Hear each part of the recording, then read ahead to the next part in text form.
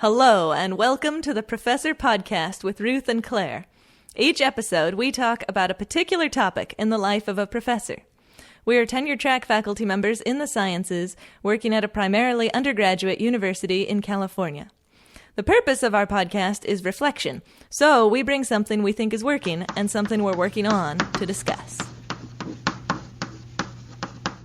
Welcome to the Professor Podcast with Ruth and Claire. I'm Ruth. And I'm Claire. And today we're talking about advising. But first, Ruth, how was your week? My week was good this week. We had the kids were really fed up. And I think they sort of realized that, at the moment, me and Eric are just trading off a lot. So it's sort of like, okay, I'm going to work, you take the kids. I have to work for an hour. And we hadn't really done a lot of stuff together as a family. And so today we managed to get some time. Eric took some time off work and we went to the beach. Oh, how nice. Yeah, and so I want to qualify this that we live in a really rural area and we never had closed beaches, so we've been very lucky. And you can definitely go to the beach and it's very sparse. How nice. There's not a lot of people there, and so it's sort of weird because when you're at home you feel like you're spending all this time together, but we actually weren't really. So I think it was super nice and everyone had a good time, and I got very interesting patches of sunburn.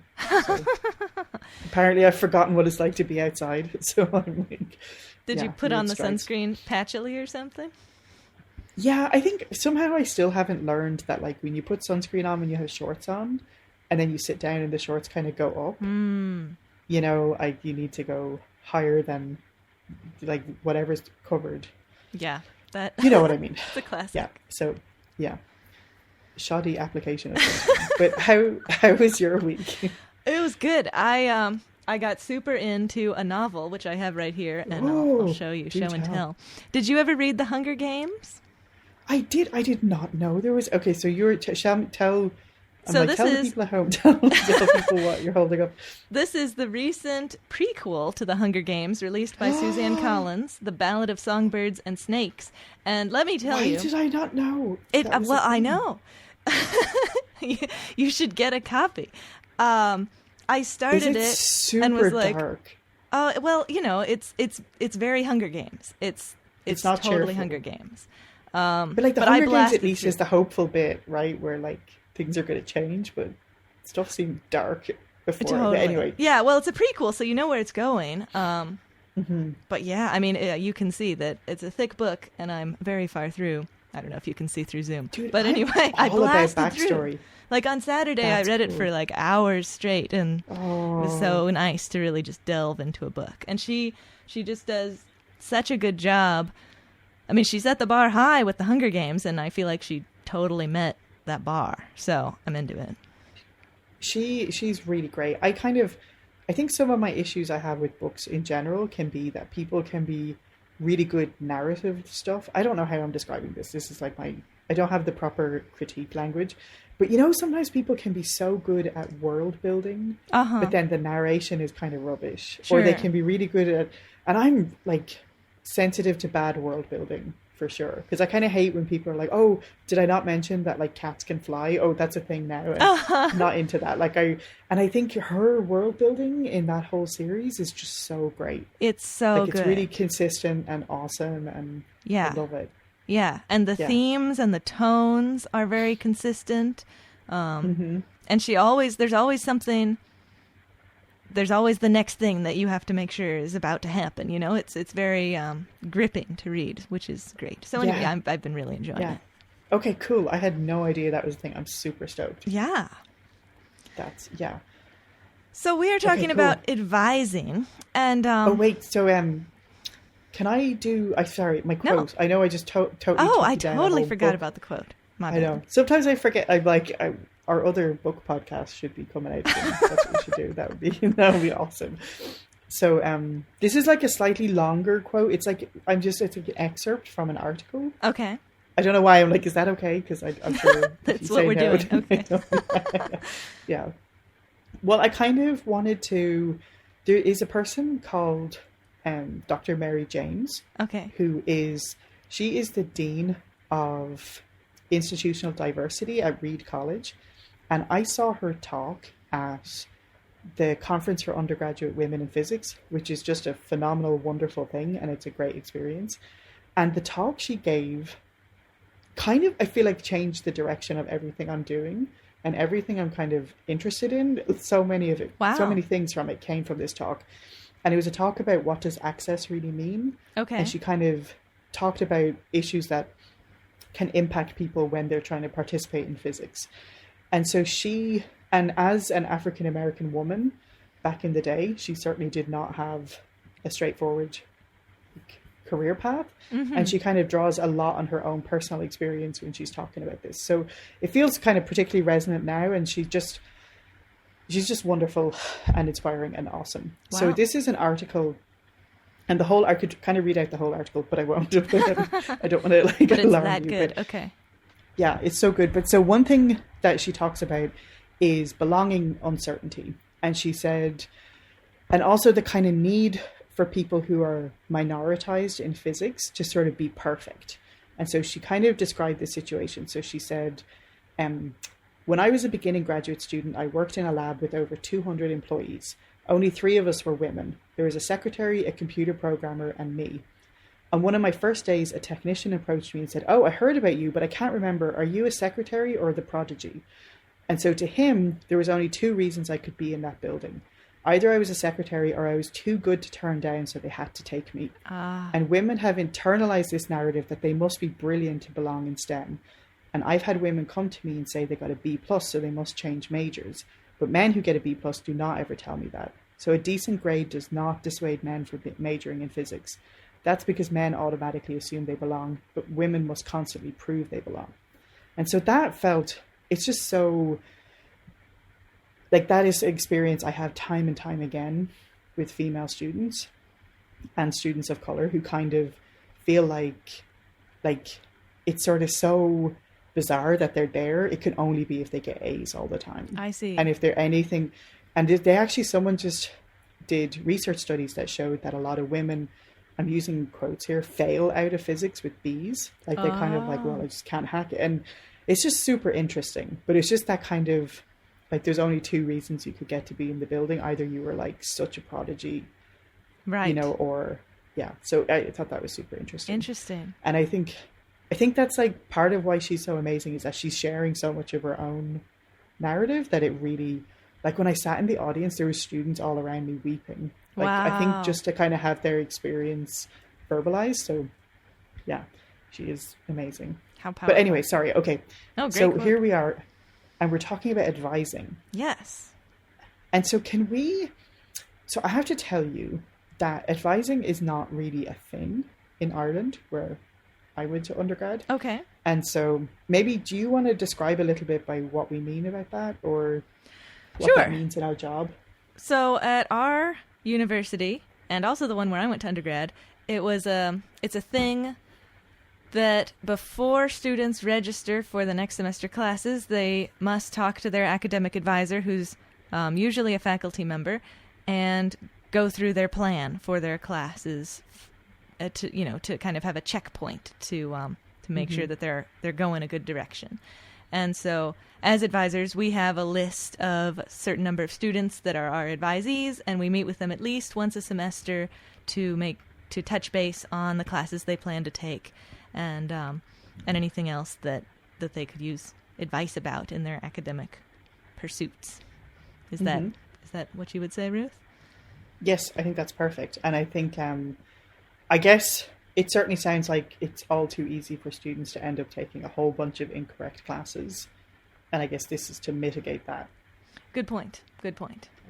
Yeah. Yeah. And I guess something that's very different in my experience in Ireland, and I think in general, maybe in Europe, is that when you go to university, I went in as a physics student and I was like in a program and I was in the same class with all the same people, and we all took the same classes together for the first year and then the second year. And there may have been, as you go along, like you can choose from these 3.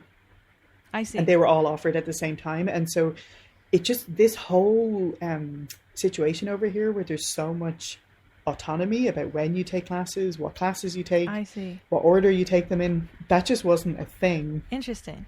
And so it wasn't, and I still don't know how students navigate it. It seems so overwhelming to me sometimes, just to like the kind of combinations and permutations and all sorts of things that you can take. Right. Is a lot. Yeah. Oh yeah, for me too. Oh yeah, and for us on the other side of the desk, you're supposed to know the answer. Ooh, that is a lot. So yeah. So tell me, do you want to say what's working for you? Sure. So, as we foreshadowed, not feeling comfortable about all those different things we might be giving advice on is what we're getting to, or what I'm getting to at least. So what's working for me is kind of taking the role of advisor and turning it into to include the parts that I really do feel like I want to give advice on. So, yeah, the aspects that I do have advice on, I want to include even if they wouldn't naturally come up. So, for example, there's a environmental chemistry class that our department offers that I know substitutes unofficially for some other requirements, and a lot of people are interested in environmental stuff, and if they're in my office, they're interested in chemistry, so I often just say, hey, so you know, this is an option. If you want to take it, let me know, and I'll put in the substitution. Or just going out of the way to offer help for preparing for grad school applications or choosing what grad school to go to and the different criteria you might consider. I feel like I have some thoughts that I'd be glad to share on that. And also REUs. You know, a lot of students don't know about these research experience opportunities or know that they might be qualified to apply or that kind of thing. So those kind of things that I do want to share and have some thoughts that I think would be good to share, I try to make sure to actually get in there. I think that's awesome. And I think it sort of is like this opportunity, right, where I guess the way it's set up, they have to meet with us before they can register. And so it's really good to cash in on that. And I think, you know, we talked a little bit on here about sort of belonging and culture. And like, it's like, especially because we have at least 50% of our students are first generation, there's so many of these things that are just like, what if you've never heard of an REU, or what if you had no idea, like grad school? I mean, I've had so many conversations with students where they had no idea that you get paid in grad school. Of course. And that suddenly changes everything. It does. It's like, whoa, we're not going to spend the same amount again, or, you know, like you could live. And so I think those conversations are crucial. So that's awesome. Yeah. I thought that there'd be helpful things that the students wouldn't think to ask, but that I do want to say. So I don't know. That's kind of what I try to have a little checklist. Like, these are the things that I want to bring up. That's really calling me to do the same thing, and to have like kind of like a checklist and actually be super intentional about it. And, you know, and then that's the thing too, because sometimes if you make sure you're doing that with everyone and you're not kind of like only waiting till somebody brings it up, I think that's really equity minded as well. And yeah, I really like that. Cool. Thanks. Yeah. So what's working for you for advising? I feel like I'm finally getting the hang of it. And Ooh, I don't know how much I could say awesome. on here, but dude, I had no idea what I was doing. Like, none at all. And I feel like they almost have this like hilarious thing where some departments have kind of professional advisors, like that's their job. And in a discussion in our department about whether we should have those, everyone was like, oh, but we couldn't because like people wouldn't know like the kind of intricacies. And I'm like, I don't know the intricacies. Yeah, I think I'm finally getting there with like really understanding what should go where. Congratulations. The other thing that, oh, thanks. And well, I think a big part of that was you telling me that like the GE requirements are so overwhelming, and there's a lot of like secret language people know. So like people know things like this class will double count for this and this requirement. Right. And like you can literally take so many units off a person's degree by having that information. Interesting. And I do not have that information, but I've gotten comfortable with sending students kind of comfortable with the role that I'm doing the physics class advising and maybe like math and chemistry, but for like the real kind of GE scoop, they need to go to the academic advising center and get that information. The professionals who know the intricacies of the GE requirements. I love it. I just had a realization, and I've been using the term GE, and I know that before I came to America, I didn't know what that was. So it's general education classes. And so it's usually like for degrees in America, you kind of take classes that relate to your major, but you also take this sort of broad spectrum of other classes, and different universities have different requirements. And so like a communications class would be one, there's all of these different kind of requirements. And so, sorry, I just realized there, I was like, I'm glad you got that in. Yes, GE. Yeah. But, yeah, because I think, it's such a widely varied experience. And I am quite lucky that the person in the office next to me is very seasoned and he knows all the things. And I almost wish I could have a little hatch, like, from my office to his office. That'd be so great. Sometimes I just, like, shout in. And I'm like, hey, like, is this a requirement for this? And, like, he'll almost end up having to co-advise with me. But, yeah, it's really great when you have people in the know. But I think I'm not going to pretend I'm a person in the know. And I'm going to let them get that information where they need to get it. So I'm kind of more comfortable with doing that. Because at first I thought that just meant I was really bad at my job. So I would try and be like, yeah, maybe you should take this one or that one. And now I'm kind of comfortable with, I don't know. The best way to get this advice is to go to people who know all the kind of intricacies. That's great. I love it. That's actually what I'm working on. Oh, okay, cool. So yeah, I'm totally down with the chemistry requirements, physics and math too.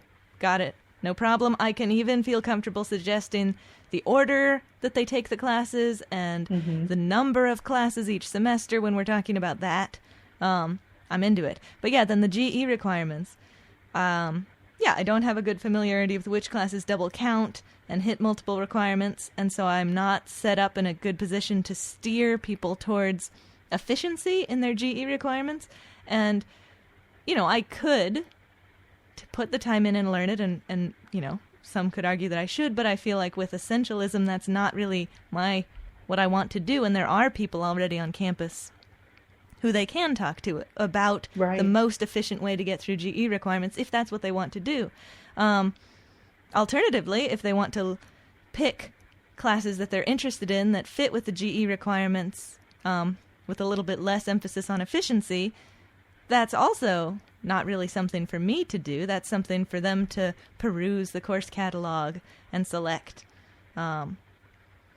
with their interests. So, because I have gotten into situations sometimes where it's like, we need to figure out the course schedule for the fall, and you need this, particular category of GE, so let's find one.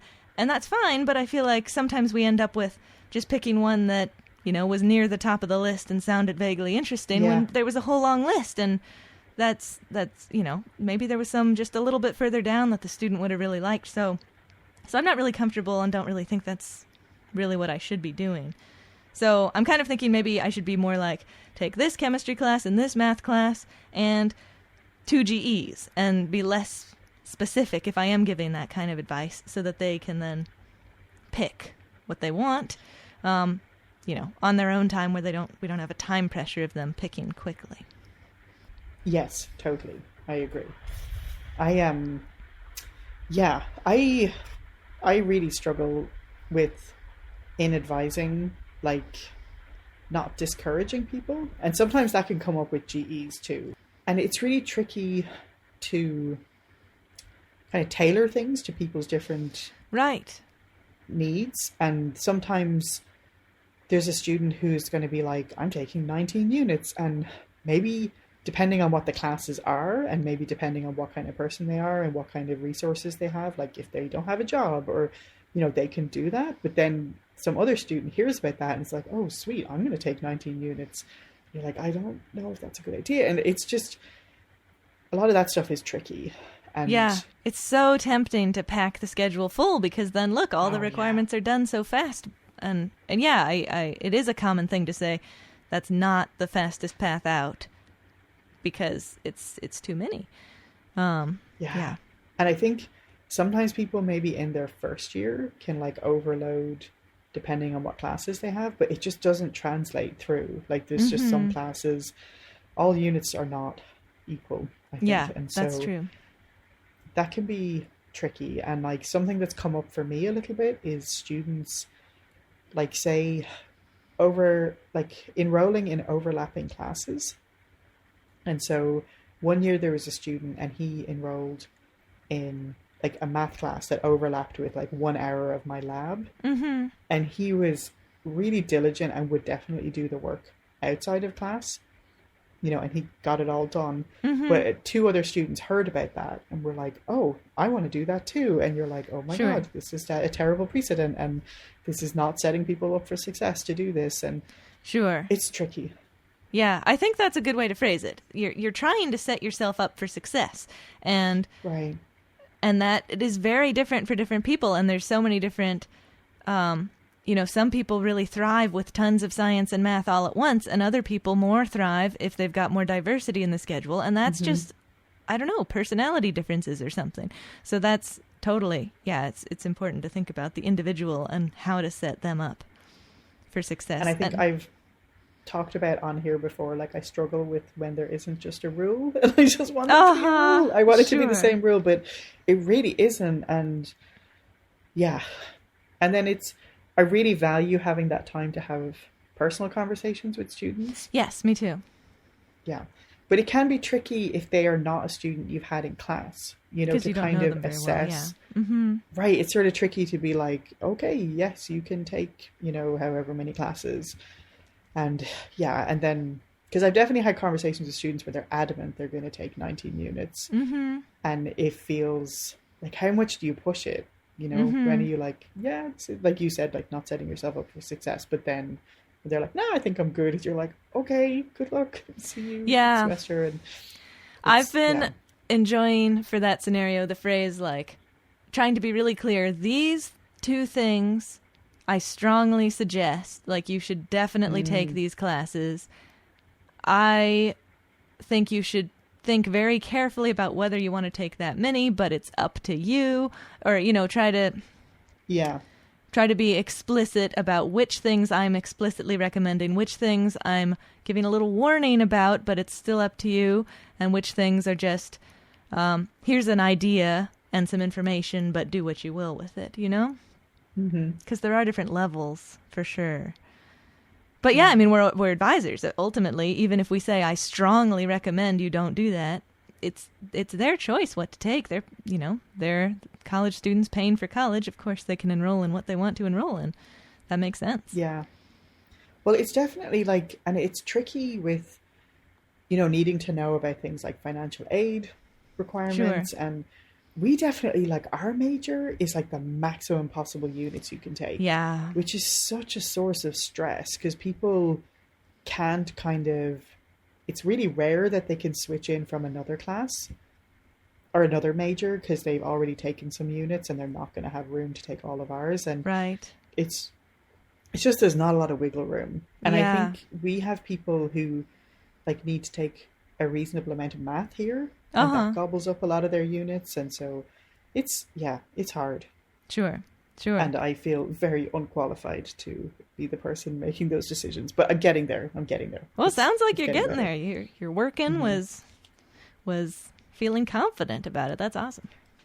Well, and I feel like, I hadn't, like my aunt once said that like incompetence isn't really a problem. It's incompetence coupled with like silence that really gets dangerous, or like not admitting when you don't know something. Right. That's like when, maybe incompetence isn't the word I'm looking for, but like I think maybe she was saying incompetence is when people don't know something but won't admit it. Yes. And I think totally. Yeah, kind of being clear about what I don't know is the way to go. Yes. I'm confident about the chemistry and the physics. Don't know about the GE, but here's the person to ask. Totally. Yes. Definitely a reasonable answer. Yeah. Cool. Okay. Well, I feel like I'm definitely going to employ this checklist thing. Yeah, it's helpful. Think about what I'm going to say to. Yeah, I think that's super helpful. And sometimes too, students kind of come in and you're both sort of staring at each other, so like it can be good to have stuff to kind of go through. Yeah, the little icebreaker. Yeah. Totally. Yeah. Well, thanks so much, Ruth. Cool. This was great. Okay. Yeah, thank you. Thanks so much for joining us on the Professor Podcast with Ruth and Claire.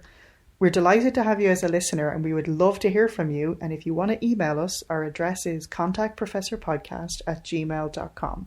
We'd love to hear any of your suggestions for future shows or professor quotes that you might want to share with us, or even just things that have come up for you when you were listening to previous episodes. And if you've been enjoying the podcast, we would love if you would spread the word. So the best way to spread word is by telling people you know if you think they should listen to it, or you can leave us a review wherever you listen to your podcasts. Thanks so much for joining us, and we'll see you next time.